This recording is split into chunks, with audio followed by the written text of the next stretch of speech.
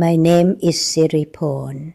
I'm 73 years old, and I want to confess something to you that I carried as a private shame for longer than I should have. For most of my adult life, I had a habit that I performed every single night without fail. A habit so ordinary, so automatic, so deeply woven into the fabric of my daily routine that I never once stopped to question it. I never once considered that this small, invisible ritual that happened in the last moments before I closed my eyes could be the very thing quietly, persistently pushing abundance away from my life. I am not talking about something dramatic. I am not talking about a ceremony or a ritual or anything that would have looked unusual from the outside. I am talking about the thoughts I allowed to occupy my mind in the final minutes before sleep. The mental conversation I had with myself every night when the lights went out and the world went quiet, and there was nothing left between me and my own interior. That is where the problem lived, and it lived there for decades before I finally saw it. I want you to think about your own nights for a moment. Not the busy part of the evening, when there are still things to do and people to attend to. I mean the very last minutes. The moment when you have finally put everything down, when the room is dark, when your body is still. What happens in your mind in those moments?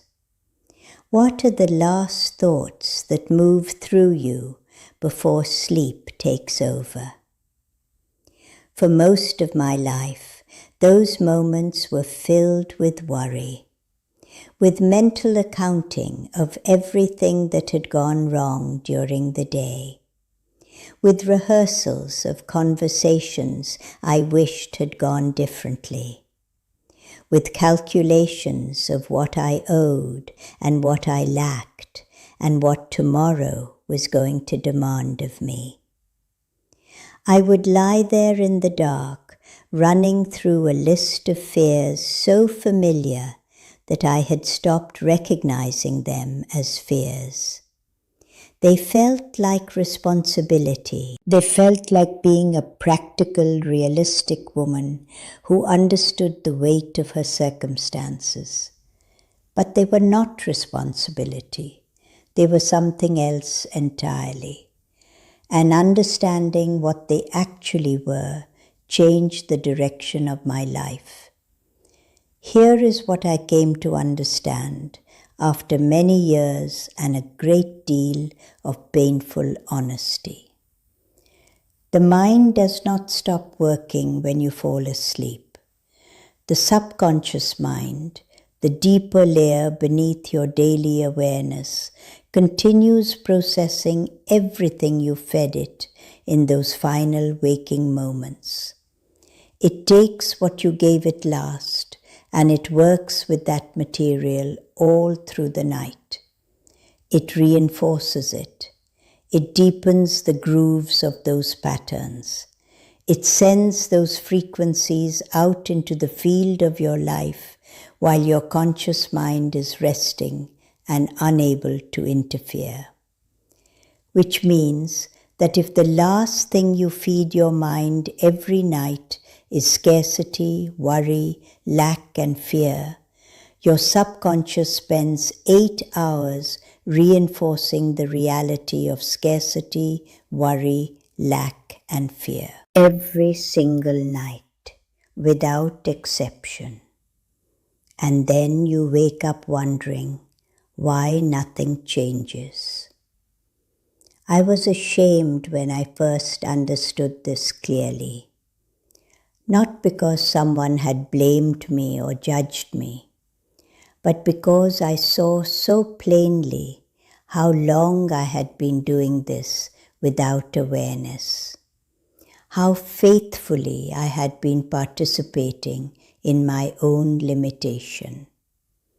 Every night, with great dedication and consistency, I had been telling the deepest part of my mind that lack was my reality, that fear was my natural state, that there was never enough and there probably never would be.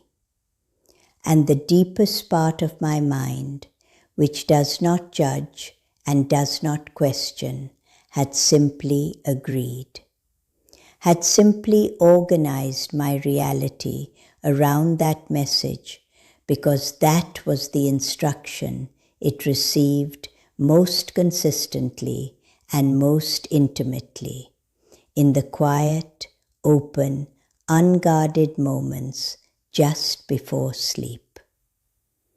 There was a night, I remember it very clearly, when I lay awake later than usual because a financial worry was pressing on me particularly hard. I had been lying there for what felt like hours, turning the same fear over and over in my mind, finding no solution, only deepening the anxiety.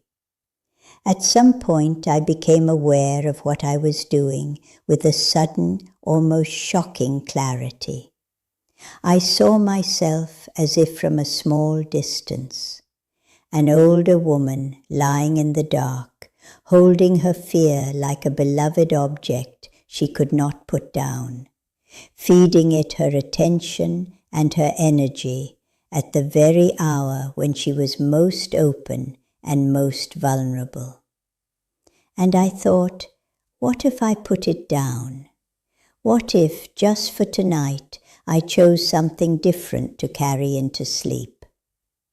It felt almost irresponsible at first. My mind argued that the worry was real, that the financial pressure was real, that ignoring it was naive and foolish. But I was not suggesting ignoring it. I was suggesting that the last hour before sleep was perhaps not the most productive time to attempt to solve it. That turning a problem over endlessly in a worried mind at midnight was not solving it. It was simply suffering over it repeatedly, while simultaneously programming that suffering into the deepest layer of my consciousness. So that night, for the first time, I tried something different. I began to think deliberately about things that carried the feeling of abundance.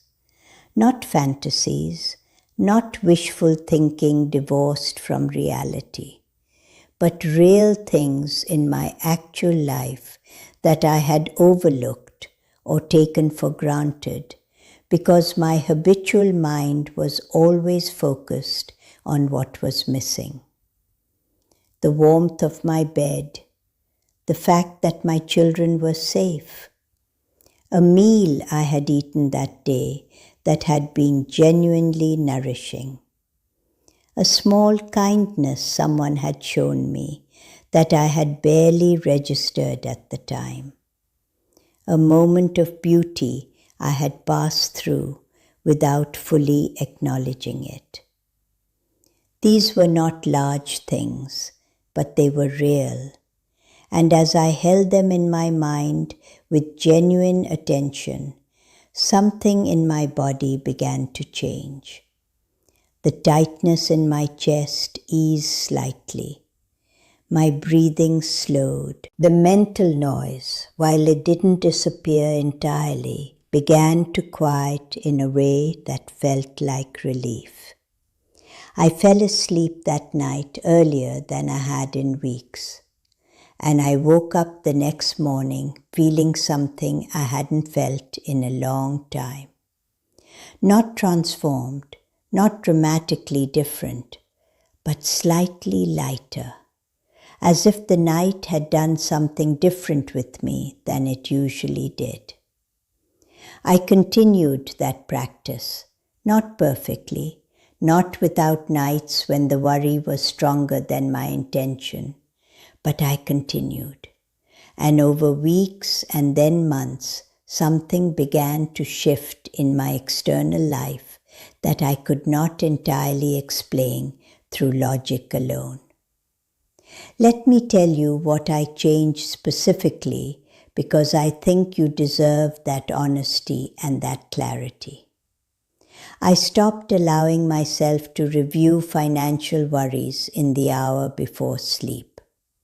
Not because I was pretending the worries didn't exist, but because I made an honest agreement with myself that that hour was not for problem solving. That hour was for something else entirely. Whatever needed to be addressed would be addressed in the morning, when my mind was rested and clear and actually capable of finding solutions. At night, all I was capable of was suffering, and suffering is not a financial strategy. I began ending each day by identifying 3 specific things that had carried the feeling of sufficiency, of enough. It didn't matter how small they were. What mattered was that they were real, that I actually felt them rather than simply listing them mechanically. Because it is the feeling that the subconscious receives, not the words, the emotional frequency beneath the words. I began speaking to myself differently in those final moments, not with affirmations that felt hollow or disconnected from my reality, but with honest, quiet statements that I could actually believe. Things like, today I had enough. Today I was provided for. Today something worked. Today I was held by something larger than my worry, even if I couldn't fully see it. These were not lies, they were true. Every one of them was true, every single day, even in the hardest periods. I had been too focused on what was lacking to notice what was present.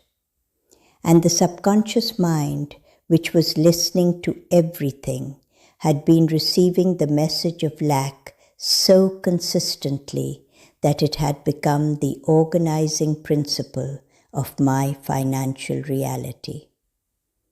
When I changed the message, the reality began to change too. I want to speak to something that might be sitting in your mind as you listen to this. The skeptical voice that says, surely it cannot be this simple.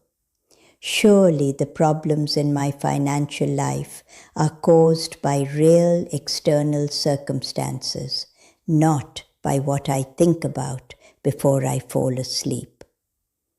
And I want to answer that honestly, because you deserve honesty more than you deserve comfort.